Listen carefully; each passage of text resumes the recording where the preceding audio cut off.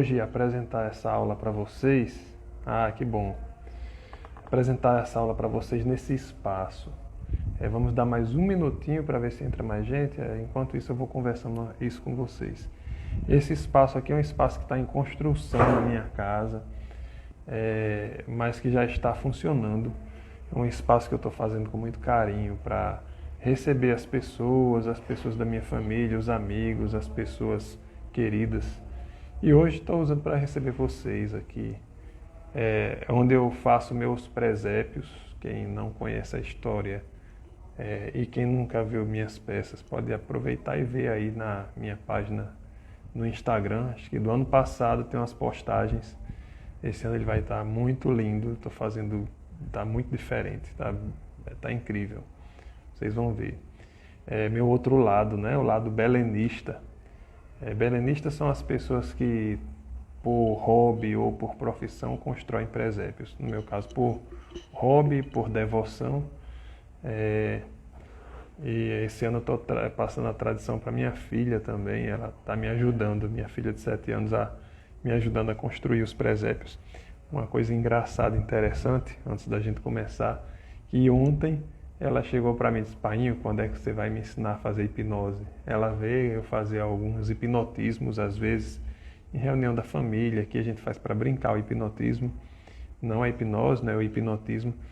E ela me pergunta, já me perguntou ontem, vez por outra ela tenta me imitar, né? Fazendo algumas coisas, imitando algumas técnicas. E ela tem 7 aninhos. Ela chegou ontem e disse: "Painho, quando é que você vai me ensinar a fazer hipnose?" Bem séria assim. Eu disse: "Filha, você não tem idade nem para ser cobaia, nem para praticar, para exercer o hipnotismo, né? Porque a técnica da hipnose tem que ser um profissional. Mas o hipnotismo qualquer pessoa pode praticar." E por falar nisso, já começando, a gente começa a nossa aula de conceitos iniciais, definindo o que é a hipnose, o que é hipnotismo. Aqui no Brasil, costuma se chamar tudo de hipnose. E todos se autodenominam hipnólogos. Na verdade, existe uma diferença, existe uma classificação, né? Sejam todos que estão chegando muito bem-vindos. Um abraço a todos aí. Então, pessoal, existe uma classificação, na verdade, mas aqui no Brasil ninguém respeita essa classificação. É uma coisa bem comum do brasileiro, né? Então, olha só. Oi, bem-vinda, Laura, Kimberly.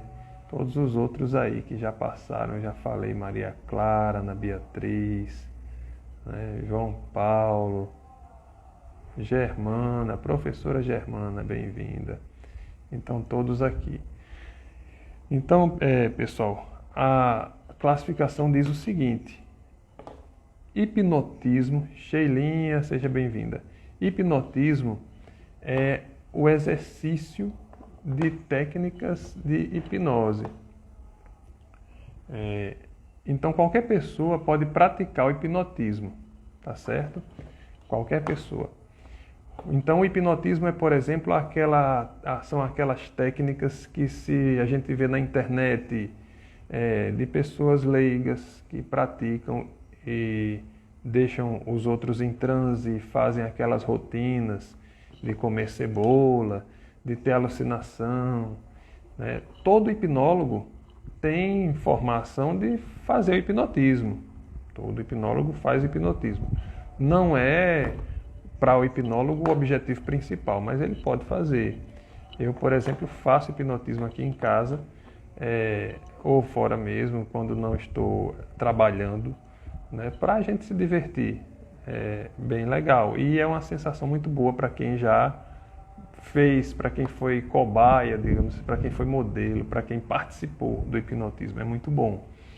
Tá certo? Grande Diego, um abraço. Berg, sejam bem-vindos. Então, pessoal, o hipnotismo é uma prática que pode ser realizada por qualquer pessoa, tá certo?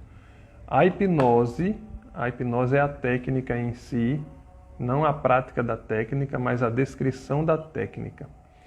E aí, da hipnose sai o hipnotismo e a hipnose terapêutica, certo? Quem faz o hipnotismo, ou seja, o leigo, aquela pessoa que faz para entretenimento, né? Bom dia, amigo. Grande abraço.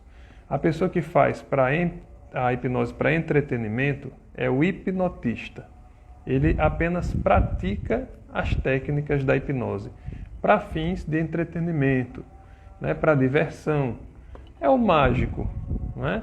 É aquele mágico que faz em aniversário, que faz na rua, o street, né? O street, a hipnose street, a hipnose de rua, a hipnose de palco.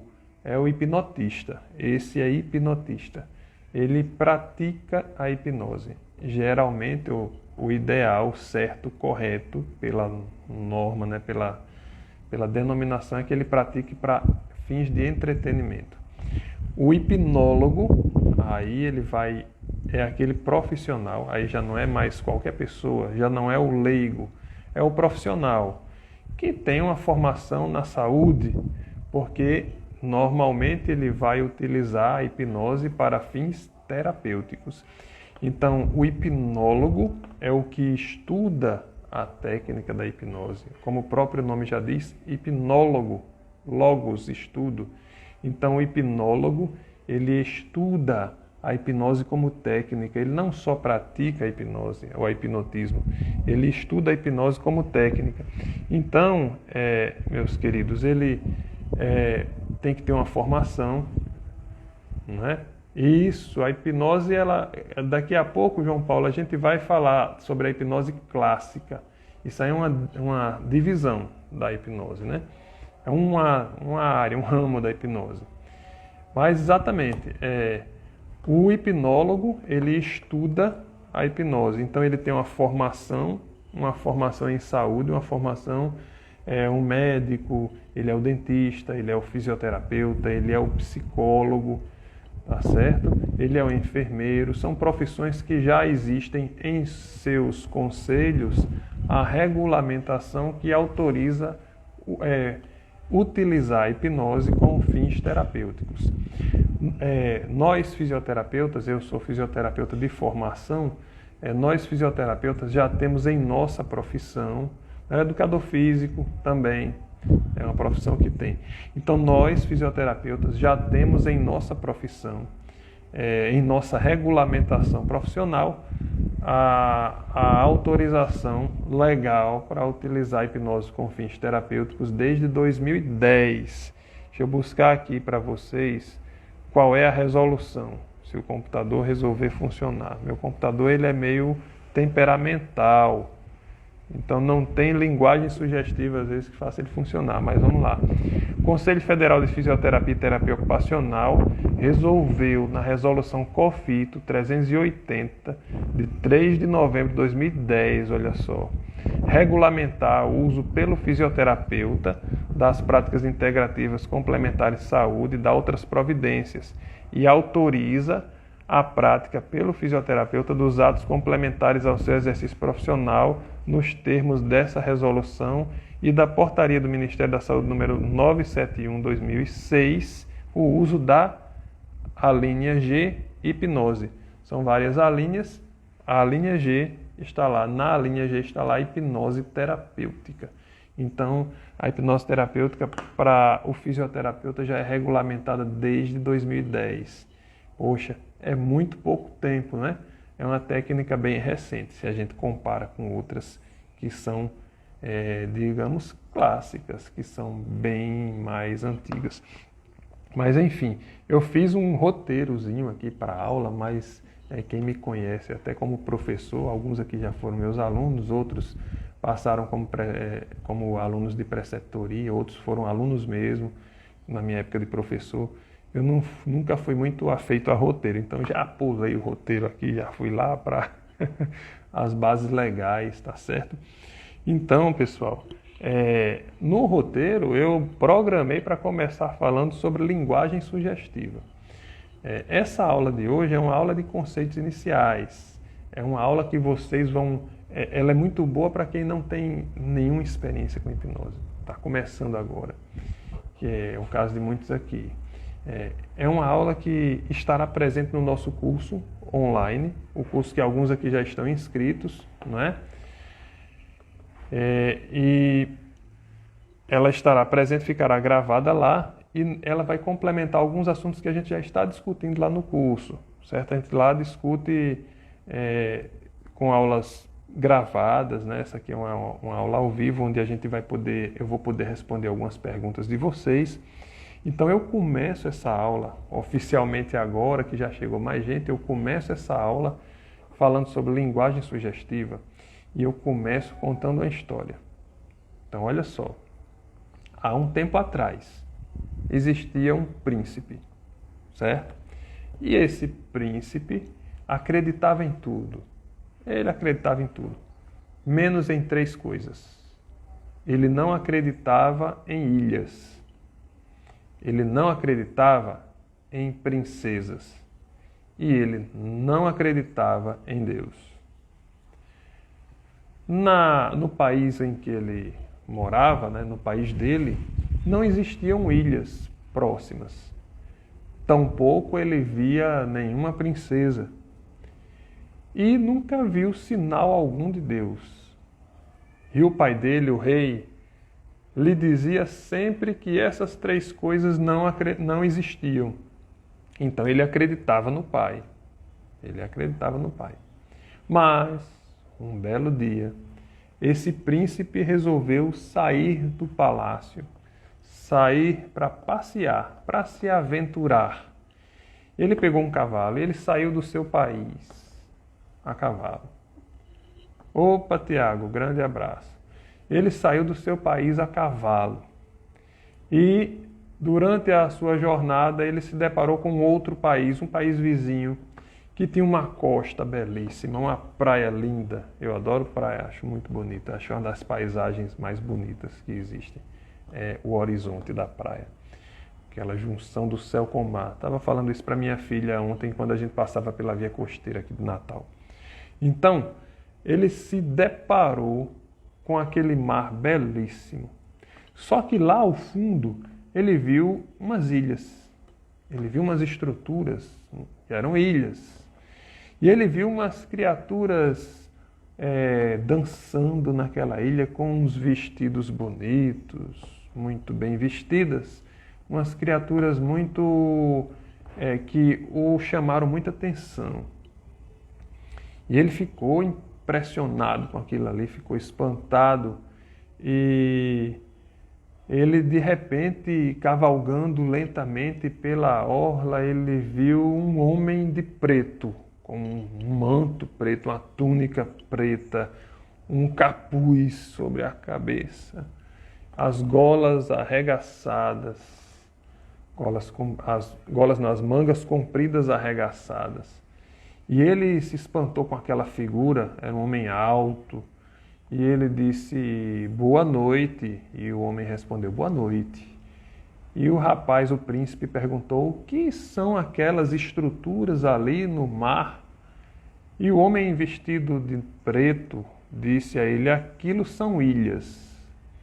E ele perguntou, e ele se espantou, são ilhas? E aquelas criaturas que estão dançando ali nas ilhas com roupas coloridas, roupas tão bonitas, aquelas são autênticas e genuínas princesas.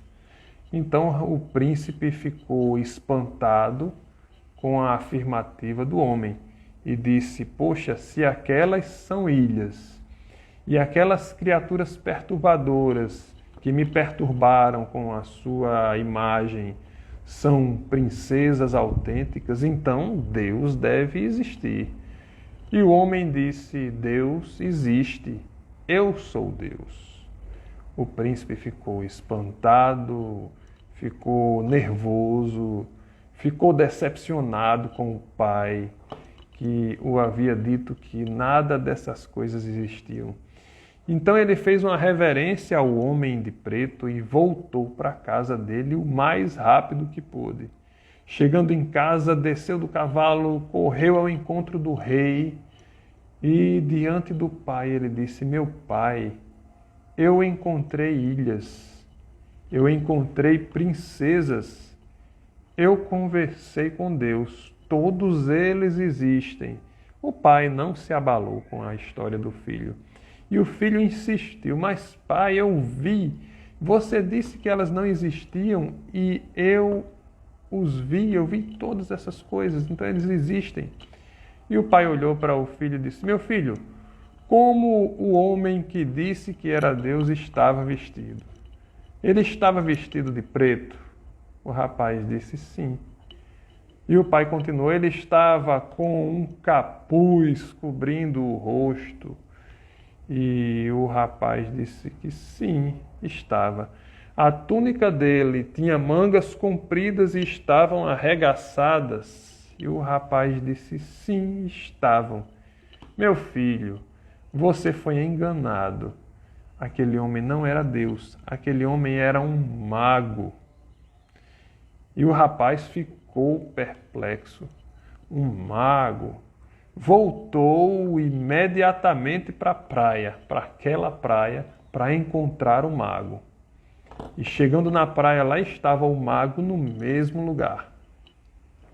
E o rapaz chegou furioso. Você me enganou. Você disse que era Deus e que essas coisas existiam. E meu pai me disse a verdade. Você não passa de um mago. Então o homem de preto olhou para ele fixamente e disse: você, meu jovem, é que está sendo enganado. As ilhas existem e as princesas também. Inclusive tem no seu reino. Mas você não consegue ver as ilhas de lá, tampouco as princesas que existem por lá. Porque você está enfeitiçado pelo seu pai. Porque o seu pai não é um rei apenas. O seu pai também é um mago. E o rapaz, diante daquela revelação, ficou paralisado. Depois ele voltou a si e disse para si mesmo: eu tenho que retornar ao meu país e tirar tudo isso a limpo. E volta para casa imediatamente. Chega lá furioso de novo. Pai, me diga uma coisa. É verdade que você também é um mago?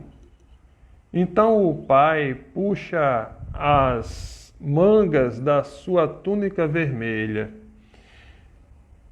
abre o capuz e cobre o seu rosto, o capuz vermelho da sua túnica, e diz: sim, meu filho, além de rei, eu também sou um mago. E o rapaz entra em colapso, né? Poxa, mas e agora? Me diga, eu preciso saber qual é a verdade. Eu preciso conhecer a verdade que existe além da magia. E o pai diz a ele: meu filho, não existe verdade além da magia.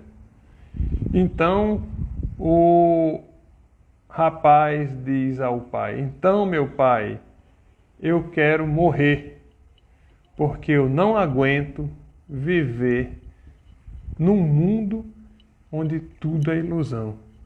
Eu quero a morte. E o pai, diante do pedido do filho, faz a morte aparecer na porta. A morte olha para o rapaz e acena para ele. O rapaz fica paralisado diante daquela imagem tenebrosa. Então o rapaz pensa naquelas belíssimas ilhas, porém irreais. E depois ele pensa também naquelas lindas princesas, porém também irreais. Então ele cria coragem, olha para a morte e diz: essa eu também aguento. Essa ilusão também aguenta. E o pai sorri para ele. A morte se afasta. E o pai diz: está vendo, meu filho? A partir de agora, você também começa a se transformar em um mago. Então essa história é uma história bem antiga, que é uma fábula, é um conto antigo, medieval. Eu não vou me recordar aqui o autor original do conto para vocês. Obrigado, Euda. Participação aí de Euda, do ED Buffet. Leda Guedes. Então, eu não vou me recordar do autor, né, da fábula para vocês, mas esta fábula está transcrita no livro de John Gringer e Richard Bandler. Eu falo um pouco da história de John Gringer e Richard Bandler no nosso curso. Aqui eu não vou aprofundar a história deles. Eu conto alguma coisa da história deles lá. Mas aqui eu quero contar algo que eu não contei lá e que estará lá, porque essa aula vai estar no curso, né? Na plataforma. Então aqui eu vou contar uma citação deles. Cacá, Caterine, minha sobrinha querida. Olha só, beijos. Então, John Gringer e Richard Bandler, eles fazem uma citação. Eles dizem assim: os mapas não são os territórios. Mas o que danado quer dizer isso? E o que é que isso tem a ver com hipnose? E o que é que isso tem a ver com reabilitação? E o que é que isso tem a ver com a mente da gente? Tem tudo. Então vamos analisar essa frase e essa história. Os mapas não são territórios. Aquilo que a gente tem, as ideias, os mapas mentais que a gente faz do mundo em que estamos, né, do mundo em que vivemos, não são o mundo real. Eles representam em nossa mente o mundo em que vivemos. Isso é uma filosofia muito furada, professor. Então, que história é essa de que o mundo em que vivemos não é esse que percebemos? Claro que não. Vocês querem um exemplo? Nós percebemos o mundo à nossa volta a partir de vários filtros. Nós temos filtros biológicos, que Richard Bandler e John Gringer falam de filtros genobiológicos ou biológicos genéticos. Por exemplo, nós vemos uma faixa, nossa capacidade visual, nós conseguimos ver uma faixa pequena de luz. A luz visível, ela vai abaixo, aliás, acima do violeta, que é uma onda muito baixa, e abaixo do vermelho. São frequências luminosas. Então a gente vê sete frequências luminosas. Dessas 7 acontecem as combinações e nós percebemos as cores. Mas existem muito mais radiações que nós, no nosso mundo físico, que nós não percebemos. Existem radiações que estão fora da faixa do violeta e que estão fora da faixa do vermelho, abaixo da faixa do vermelho, acima da faixa do violeta, que nós não conseguimos ver. Mas elas existem. Elas estão no nosso mundo físico, mas nós não percebemos. Então, o que percebemos visualmente do nosso mundo físico é o nosso mundo físico? Claro que não. Representa o mundo físico de uma forma útil para nós. O que é útil para nós percebermos do nosso mundo físico em termos visuais é ETD Cursos. Grande abraço. Seja muito bem-vindo. O que nós percebemos do nosso mundo físico do ponto de vista visual está dentro daquela pequena faixa de frequência luminosa. O que está fora daquilo ali existe, faz parte do nosso mundo físico, mas nós não percebemos. Raio gama, raio X e tantos outros, raios alfa e tal, os raios aí cósmicos existem, nós não percebemos, estão entre nós.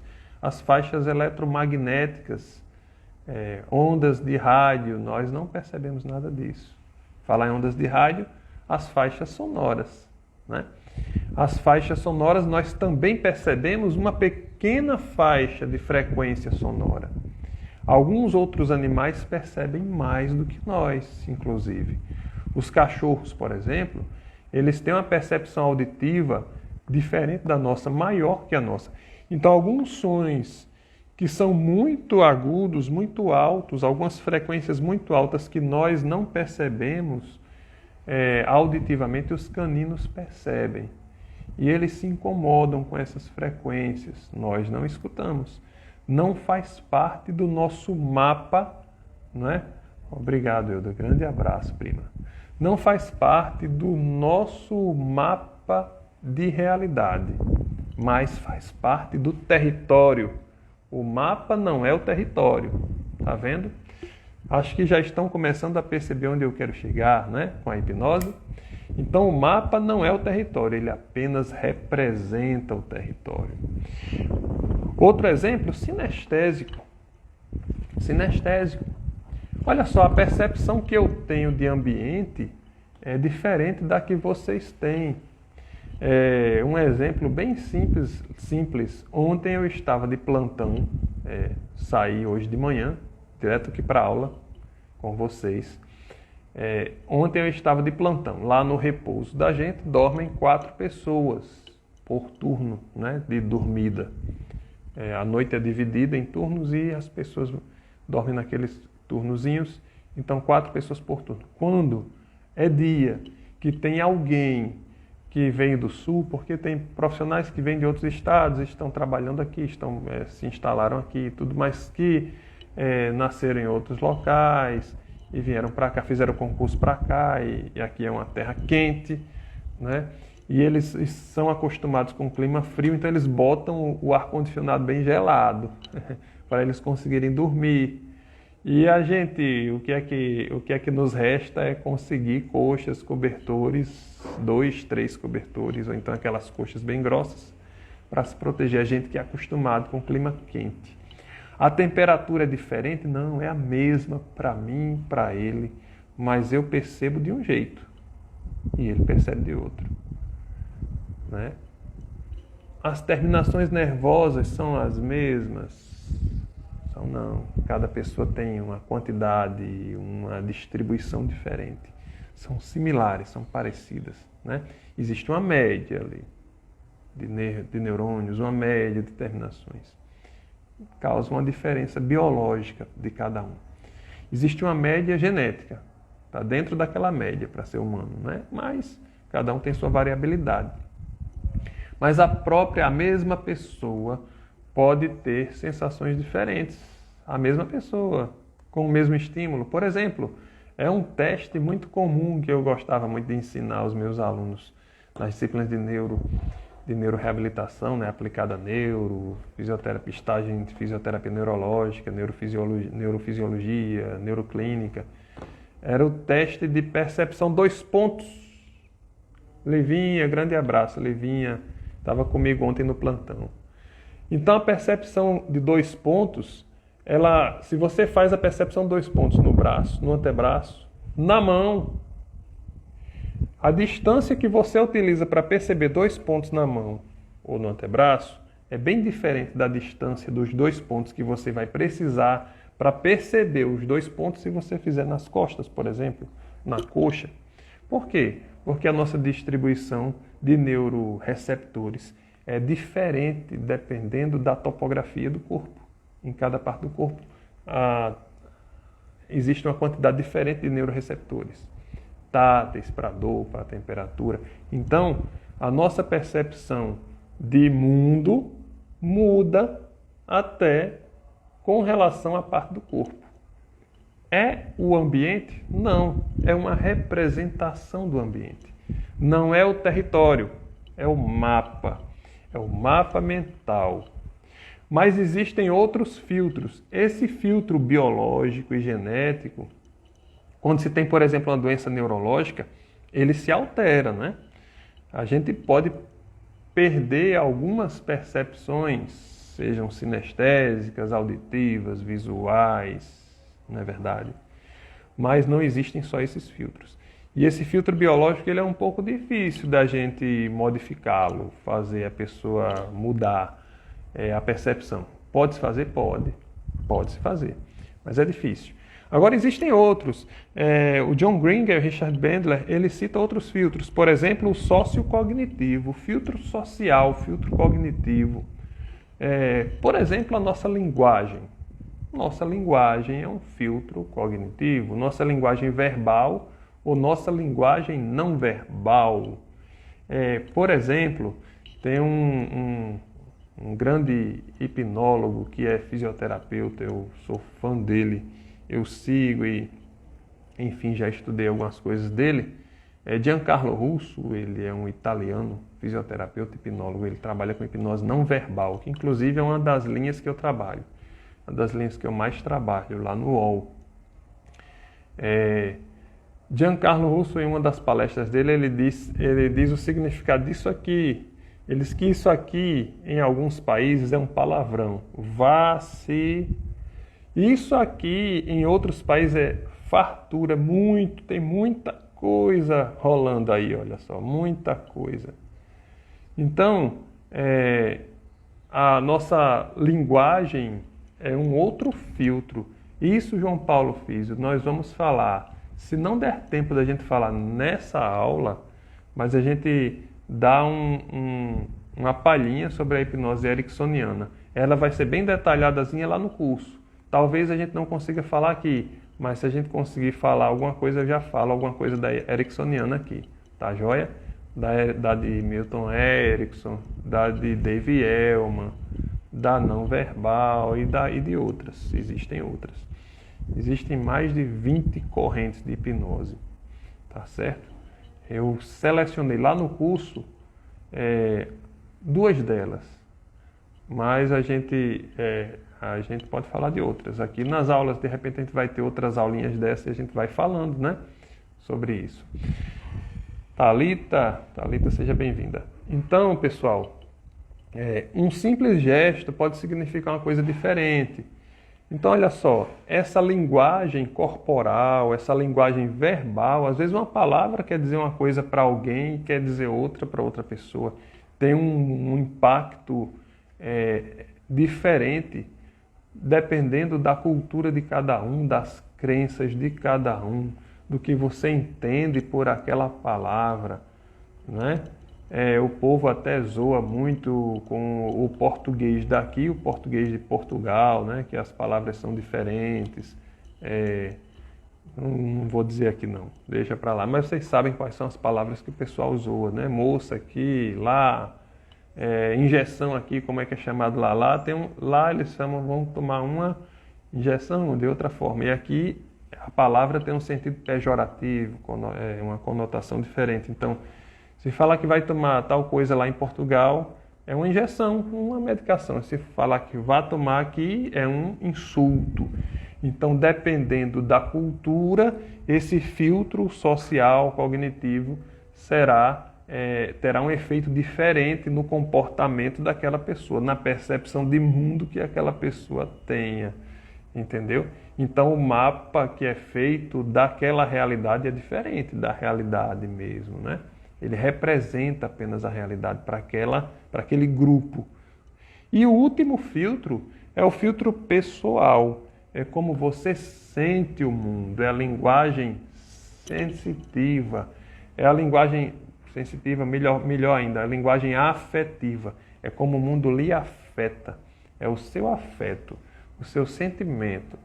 É como o mundo vai afetar você, ou como a percepção de mundo que você tem lhe afeta. Então, por exemplo, se a pessoa gosta muito de rosa, vamos supor, eu percebi que a pessoa gosta muito da cor rosa. Ela é uma Penélope. Então, vai ser muito mais fácil eu acessar o inconsciente daquela pessoa com uma linguagem afetiva, uma linguagem afetiva em que eu use representações do rosa.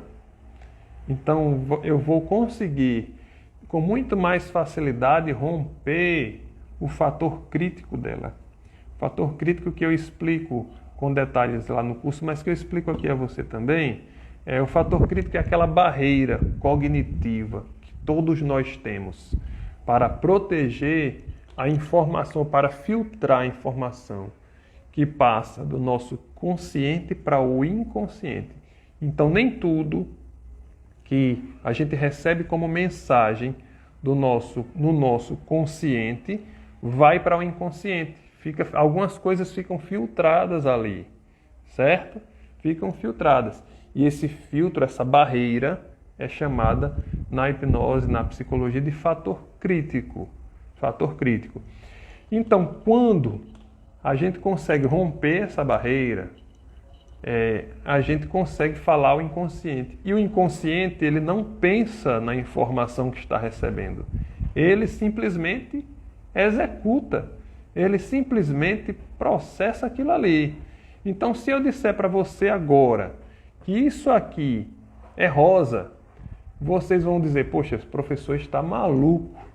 Ele está pirado, né? Isso aí todo mundo está vendo que não é rosa. Por quê? O nosso fator crítico, a nossa barreira cognitiva, vai filtrar essa informação que eu mandei para vocês e vai dizer, poxa, essa informação não é verdadeira. Ele critica. Essa informação não é verdadeira. Isso não é rosa. Isso é azul. Esse cara está doido. Mas, se de alguma forma, aí existem técnicas para isso, se de alguma forma eu conseguir romper essa barreira crítica, romper esse senso crítico da pessoa com quem eu estou me comunicando, ou seja, romper o fator crítico, e depois que eu conseguir romper, eu tiver acesso à comunicação ao inconsciente dele, que alguns na hipnose chamam de subconsciente, existem várias classificações. Se der tempo, vamos falar hoje sobre algumas delas. Se não, a gente fala em outra ocasião. Mas fazendo merchandise do curso, eu falo sobre isso no curso, né? Sobre a teoria da mente, essa classificação. Então, vamos usar a de Gerald Kein. Se eu conseguir atingir o subconsciente da pessoa, rompendo o seu fator crítico, e depois que eu conseguir romper essa barreira crítica, eu jogar a informação para a pessoa de que ela está vendo uma caneta rosa, o que é que vai acontecer? Ela verá uma caneta rosa. Ou, pelo menos, mesmo que não veja rosa, ela vai entender, ou vai sentir, ou vai perceber que aquela caneta é rosa e vai acreditar momentaneamente, e às vezes até não momentaneamente, por mais tempo, de forma mais duradoura, que aquela caneta é rosa. Por quê? Porque eu consegui atingir a linguagem, o filtro cognitivo, eu rompi o filtro cognitivo e fui na linguagem, no filtro afetivo da pessoa. Ele não pensa, ele aceita, tá certo? Então a pessoa vai entender ou vai sentir que a caneta é rosa, mesmo que não veja. Aí existe uma classificação que diz assim, que algumas pessoas são internas e outras são externas. As pessoas internas, elas não veem rosa, elas não têm a alucinação material, elas não veem a caneta rosa de fato, mas elas sentem que aquela caneta é rosa, mesmo vendo azul. E aí elas aceitam que a caneta é rosa, mesmo vendo a caneta azul. Elas aceitam que viram o artista preferido delas, mesmo sabendo que aquela pessoa não é o artista. Mas elas aceitam, elas sentem a mesma emoção de estar vendo aquela pessoa. Elas não veem uma alucinação como eu fiz aí com minha sobrinha, né, para ver o cabelo rosa do avô. Ela disse que não viu o cabelo rosa, mas sentiu ali que ele estava com a peruca rosa e deu muita vontade de rir, foi incontrolável, ela ria incontrolavelmente. Ela já gosta de rir, então aproveitei esse afeto dela, né? Esse viés afetivo para fazer a linguagem sugestiva nesse sentido. Então rompi o fator crítico, atingir o subconsciente com uma informação de que ela estava vendo o avô com a peruca rosa e era irresistível, a vontade de rir, ela riu mesmo, porque eu consegui falar ao inconsciente dela, ou dependendo do autor que a gente vai falar ao subconsciente, tá certo? Então esses são os 3 filtros. Na linguagem sugestiva, então, quando a gente vai fazer uma rotina hipnótica, a gente sempre faz uma filtragem, ou faz uma medida, uma avaliação na conversa com a pessoa. Na minha primeira conversa com o meu paciente, com o meu cliente, ou com a pessoa que eu vou fazer o hipnotismo, eu já começo a perceber algumas coisas. Se, por exemplo, a pessoa diz assim, poxa, veja só o que eu vou lhe dizer. Olha a palavra, veja o que eu vou lhe dizer. Você não vê a palavra de alguém, você escuta. Então, se alguém diz assim, veja só, eu vou lhe falar uma coisa. Veja bem, aquela pessoa é uma pessoa extremamente visual. Então, os estímulos de entrada, lógico que eu vou dar estímulos para induzir o transe sensoriais, visuais, auditivos e sinestésicos, mas o primeiro estímulo que eu vou dar àquela pessoa, o estímulo de entrada, para dar aquele impacto, para romper o fator crítico de forma mais fácil, e eu conseguir ter umas melhores respostas do meu paciente, do meu cliente, às sugestões hipnóticas, vai ser o estímulo visual. Porque aquela pessoa já me deu pistas pela conversa dela de que ela é uma pessoa visual. Ela recebe melhor ou ela percebe melhor os estímulos visuais do ambiente. Os mapas dela, os mapas de realidade dela são muito concentrados no visual. E aquela pessoa que diz, olha, você me escute bem o que eu estou lhe dizendo. Então escuta só. É uma pessoa que é auditiva. Já aquela pessoa que diz assim, eu sinto que tal, ela mais no sentir. É uma pessoa que fala tocando em você, que se gesticula muito, é uma pessoa muito sinestésica. Então eu começo, Clara, Alicia, tantas pessoas, Lilian, deve ser Lília. Grande abraço a todos, sejam bem-vindas. Então, essas pessoas que me dão essas pistas mais sinestésicas, né, de que os seus mapas são organizados a partir dali, então é a partir dali que eu vou iniciar a minha técnica de indução ao transe hipnótico. Tá certo? Então, desde o início, desde o primeiro contato com a pessoa, a gente já começa a traçar a nossa estratégia. Antigamente existia uma ideia de que algumas pessoas eram hipnotizáveis e outras não. Inclusive Freud, que por um tempo exerceu a hipnose e depois abandonou a hipnose e seguiu com a psicanálise, inclusive traçou um caminho totalmente oposto, né? Então Freud dizia, um dos argumentos dele era que não seguiu com a hipnose porque nem todo mundo era hipnotizável, ele não conseguia hipnotizar todos. Mas o que a gente sabe hoje em dia é que todos são hipnotizáveis. Desde Dave Elman para cá, né, se descobriu e se desenvolveram, e hoje muito mais desenvolvidas, se desenvolveram técnicas para que todos possam, de alguma forma, em alguma medida, ser hipnotizados. Na verdade, os nossos veículos de comunicação utilizam muito de linguagem sugestiva, de linguagem hipnótica, chamada hipnose conversacional, para nos convencerem de algo, de consumir, né? O comércio, para nos convencer de consumir as propagandas, os filmes. Quando você está tão fixado ali num filme, numa novela, num seriado, você está tão profundamente ali focado naquela série, naquele filme, naquele jogo de futebol, né? Professor Marcel, Bruno, é o pessoal que gosta mais do futebol, do esporte. dos seriados. Eu gosto mais dos seriados, particularmente. Então, quando a gente está muito focado ali, a gente nem vê o tempo passar. Naquele momento, a gente está num transe leve, um hiperfoco ali naquela tarefa.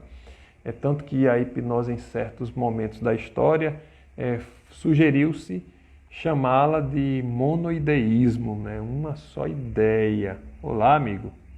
Grande abraço. Uma só ideia, monoideísmo. E esse termo, infelizmente, não colou porque a hipnose já estava na boca do povo, né? Já estava popularizada. Mas seria um termo muito, digamos assim, coerente para a hipnose. Monoideísmo, você fica com foco em uma só ideia, naquela sugestão que lhe é dada. Então o seu foco aumenta, tá certo? Muito bem.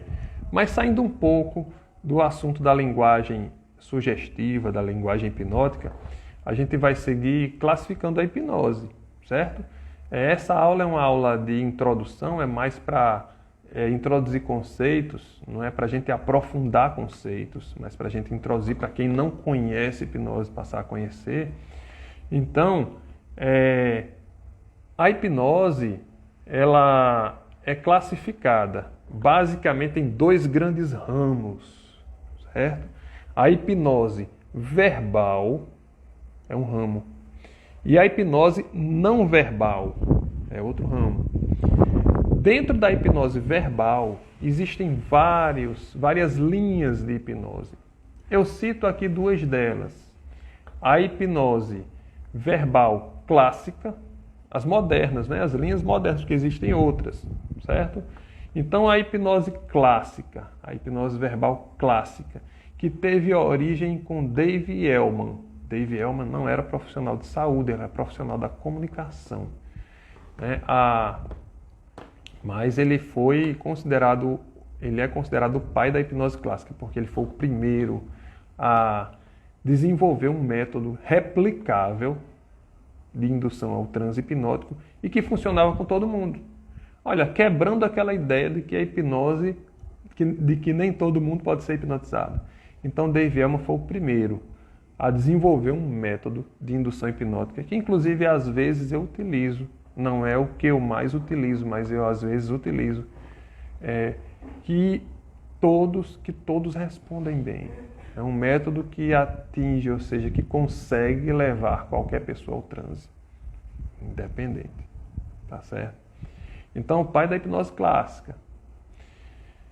Outra linha é a hipnose conversacional, a hipnose indireta. Dave Elman fazia hipnose direta. Olá, Kaline. Um abraço. Dave Elman, ele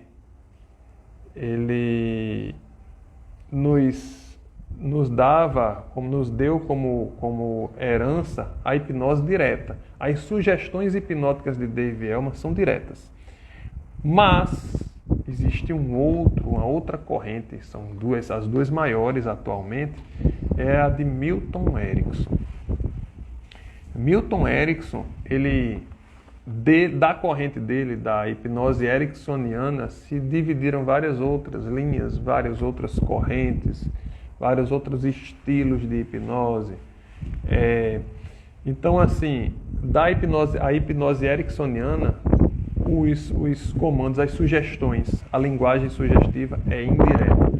Eu falei no início da aula que talvez a gente tivesse alguns sons aqui, a sonoplastia fosse diferente, porque eu estou num espaço que é um espaço aberto, que eu estou construindo aqui na minha casa. É um espaço que eu utilizo para receber pessoas íntimas, pessoas queridas, pessoas que eu quero bem, né? Meus familiares. Eu estou construindo com muito carinho esse espaço aqui, está ficando bem bacana. Então, simbolicamente, né, para receber vocês também, então eu quis vir para cá. O ambiente é aberto, então vai ter um sonzinho de vento passando, talvez um barulhozinho aqui da vizinhança, talvez algum pássaro cantando, que eu estou escutando, não sei se vocês estão, mas a sonoplastia representa aqui a abertura e o carinho aqui que eu dediquei em preparar, em apresentar essa pequena aula para vocês, tá bom? Então, voltando ao nosso assunto aqui, a hipnose verbal ela vai se dividir em várias linhas, são muitas linhas. Tem um mapinha eu tenho um mapinha com várias linhas da hipnose verbal e a origem, os seus autores. Esse mapinha tá lá, estará lá na plataforma. A plataforma está em construção. Então, toda semana eu coloco 2 ou 3 aulas lá, até a gente concluir. O vídeo inicial tá desatualizado, eu digo no vídeo inicial que eram 15 aulas o curso tem mais de 40 aulas depois que eu montei, depois que eu ajeitei, porque eu preferi desmembrar algumas aulas, para ficar, o conteúdo era muito denso, para ficar um tempo menor e menos informação para a gente ir digerindo melhor, entender tudo, então eu preferi. Então o curso está bem completo. Quem quiser participar, fazer o curso, será muito bem-vindo também. Então, pessoal, a hipnose verbal, ela tem esse viés aí, comunicativo. Ela é muito psicológica, certo? Ela é muito psicológica. Então, existem alguns critérios que facilitam com que o terapeuta, o hipnólogo, coloque o seu paciente ou o seu cliente em transe. Não é que sejam condição sine qua non para isso, mas facilita, certo? Então, por exemplo, a autoridade do terapeuta. Nós vamos falar isso em outro momento. E lá no curso a gente fala sobre a autoridade, a capa do mago, né? A autoridade do terapeuta. É um critério. A permissão do paciente, a permissão do cliente. Ele tem que querer, né, ser hipnotizado. É tanto que a primeira coisa que a gente pergunta, mesmo que a pessoa, me hipnotiza, a primeira coisa que eu faço, você quer ser hipnotizado? Quero. Beleza, a gente vai ser tranquilo, vai dar certo. Né? Então, permitir a autoridade do terapeuta, a autoridade do hipnólogo, né? E a confiança. A confiança é talvez o essencial, tem que confiar no terapeuta. A gente tem que formar um vínculo, fazer um rapport. Aí eu falo melhorzinho sobre o rapport lá no curso, talvez em outras aulas aqui, outras ao vivo, se o pessoal quiser, se vocês quiserem. Grande Roberto, Gorete. Então, se vocês desejarem, a gente pode fazer outros vídeos e a gente falar sobre esses outros assuntos, mas enfim, nesse aqui não dá tempo da gente falar tudo, né? Mas também esses assuntos estão bem detalhados lá no curso. Então, olha só, pessoal, a verbal foi a que a gente falou. E a outra linha não verbal. A hipnose não verbal, ela tem basicamente duas correntes. Uma corrente mais mística, uma corrente que tem origem no medievo, né? No final do medievo, começo da Idade Moderna, lá com Mesmer, lá com Rasputin. Então essa hipnose não verbal, mística, que era chamada de mesmerismo, magnetismo, é um tipo de corrente. Eu não sigo esse tipo de linha, eu sigo mais a linha científica. Então existe a linha mística da hipnose não verbal. Até minha sogra às vezes disse, quando eu estava fazendo o curso, meu primeiro curso de hipnose, eu falando sobre isso, ela, eu morro de medo, porque na minha infância eu fui para um circo e tem um cabo de olho esbugalhado, que olhava para as pessoas e eles ficavam tudo paralisados ali.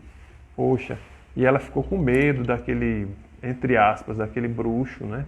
Daquele hipnólogo, hipnotista, era um hipnotista, daquele hipnotista que estava fazendo aquela hipnose ali circense, né? Não verbal, usando uma técnica da fascinação, da fixação ocular, que eles que levam para esse lado místico tem toda uma ideia de que a pessoa está transmitindo um magnetismo pelo olhar fascinante. Então, eles estudam isso aí a fundo do ponto de vista do magnetismo. Eu trabalho com hipnose não verbal, eu trabalho com as duas, com a verbal e com a não verbal, mas a não verbal, ela é mais adequada, ao meu ver, para a nossa profissão. Existe um ditado do Theodor Horn, que é um hipnólogo, é um psicólogo. Ele diz assim que não se deve fazer nada com o profissional, não deve fazer nada com a hipnose que ele não seja capaz de fazer sem ela.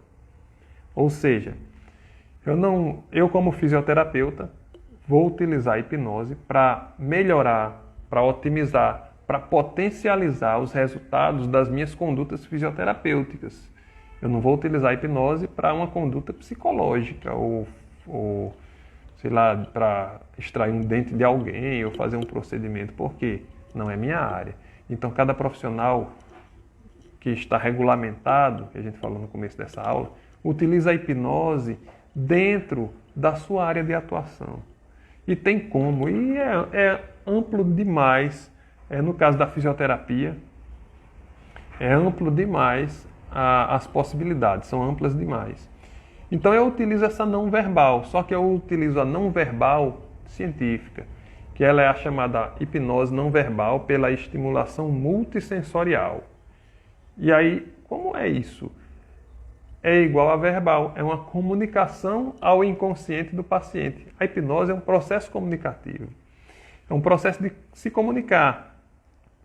E a não verbal, eu me comunico, na não verbal eu me comunico, eu inicio a comunicação, eu rompo o fator crítico do paciente, eu entro com mensagens não verbais, dizendo o que eu quero ao inconsciente do paciente para que ele me responda. Entendem? Então, a hipnose não verbal eu utilizo muito lá na UTI. Pasmem vocês, da terapia intensiva. Poxa, usa para quê? Eu uso para muita coisa. Por exemplo, um paciente está precisando ser extubado. Então, vamos tirar a sedação dele para extubar esse paciente. Tirou a sedação e ele está demorando a voltar, ele não está voltando da sedação, ele não está acordando. Então a gente usa uma hipnose multissensorial, uma estimulação multissensorial hipnótica para conversar ao inconsciente dele. Ei, rapaz, acorda! Eu dou essa sugestão de despertar para ele. E aí é óbvio e lógico que se ele não tem lesões neurológicas associadas que comprometam o seu nível de consciência, que se é apenas por impregnação da medicação, eu vou potencializar sinapticamente as funções corticais dele. E aí ele vai despertar. Né? Mas eu posso usar com outra finalidade? Posso. Por exemplo, o paciente está agitadíssimo, agitado no leito, e arrancando a máscara, arrancando o catéter, e tendo que conter, e já deu um Aldol para ele, ele não consegue relaxar. A gente faz a hipnose não verbal, porque nesse caso a verbal não vai adiantar para ele não está orientado o suficiente para receber o comando verbal, e a não verbal ela é muito mais fisiológica do que psicológica, certo? Ela não é só fisiológica, mas ela é mais fisiológica que psicológica. E a verbal é mais psicológica do que fisiológica, é o contrário. Então eu utilizo a não verbal para esse paciente, e aí ele começa a se acalmar. E aí eu dou, por exemplo, um toque afetivo nele, um toque materno, um toque paterno. E aí esse paciente, diante desse toque, eu jogo para o inconsciente dele uma mensagem maternal, uma mensagem terna. E ele se acalma. Né? E ele se acalma. E ele às vezes até dorme. Né? E aí fica lá de boa com a máscarazinha dele de VNI, de Venturi, com catéter nasal, seja o que for. Ou, por exemplo, é um paciente que tem claustrofobia, ele é orientado, consciente, tem claustrofobia, a gente sugere ele fazer a VNI, ele quer fazer porque ele está sem ar, está sem fôlego, está com gesto, precisa, ele quer, mas ele tem pavor da máscara. Então ele aceita fazer a rotina hipnótica, a gente faz a rotina e sugestiona ele esconder o medo um pouquinho, a gente coloca o medo em um compartimento, a gente faz aquela terapia de compartimentalizar o medo dele, né? De colocar numa parte ali separada. Ele momentaneamente compartimenta aquela fobia e consegue usar a máscara da VNI. É um paciente, estou dando aqui alguns exemplos, né? Por exemplo, uma paciente que eu atendia lá no setor de neurologia, na enfermaria de neuro e saúde mental, que não estava conseguindo deambular, porque ela via buracos se abrindo no chão. Ela tinha uma esquizofrenia e tinha uma alucinação de buracos que se abriam no chão e ela estava sem andar, ela já estava começando a perder força muscular. A gente começou a trabalhar a marcha dessa paciente fazendo a alucinação negativa. Então ela deixava de ver os buracos, ao invés de ela ver os buracos se abrindo, ela via os buracos fechando na medida em que ela dava os passos. Tá certo? Então são esses e outros exemplos. Tá bom? São muitos outros. Paciente que está com crise de ansiedade, fica dispneico e a gente consegue por uma técnica de espelhamento, que aqui não dá para a gente explicar a técnica de espelhamento, mas está bem descritazinha lá nas aulas do curso, aulas futuras ainda, né? Que o curso ainda está em formação, está em construção, a plataforma. Então, na medida que forem avançando, a gente vai colocar algumas aulas sobre técnica de espelhar e conduzir, as técnicas de espelhamento. Então a gente consegue espelhar uma mudança no padrão respiratório do paciente, ele diminui aquela, e até ficar bom daquela dispneia por ansiedade, aquela psicoplasia dele, né, que ele desenvolveu, tá certo? Então, voltando aqui, saindo dessa classificação da hipnose, né, dos ramos, verbal e não verbal, vamos entrar aqui nas fases, é o nosso último assunto da aula de hoje, para não ficar tão extensa. A hipnose ela vai se dividir, vamos dividir didaticamente aqui, em pré-hipnose, hipnose e pós-hipnose. Na pré-hipnose, o primeiro passo vai ser o rapport. Rapport é o vínculo que você vai criar com o seu cliente, com o seu paciente. Né? Então, o rapport é o que vai garantir que ele permita fazer a hipnose. Dentro desse rapport, o rapport é uma das partes da pré-hipnose, dentro desse rapport a gente vai desenvolver a confiança, a permissão e a autoridade, aqueles pilares. Outro item dessa pré-hipnose é o IE7. O IE7. Grande abraço, João Paulo, o pessoal que entrou, que eu não estava envolvido aqui na explicação, não vi. Um abraço em todos. O IE7 é uma lista de comandos simples que a gente faz, tá certo? Em outra oportunidade a gente detalha mais. Então, o IE7, o rapport, os testes pré-hipnóticos para saber se a pessoa é sensorial, se a pessoa é sinestésica, auditiva, visual, para ver qual via a gente vai começar a indução, né? Para saber se a pessoa responde melhor a para a gente saber quais são os primeiros comandos hipnóticos que a gente vai dar, as primeiras sugestões, porque as primeiras sugestões vão fortalecer as próximas. Então, se a pessoa ela responde muito bem a comandos ideomotores, eu vou começar por respostas ideomotoras, por sugestões ideomotoras.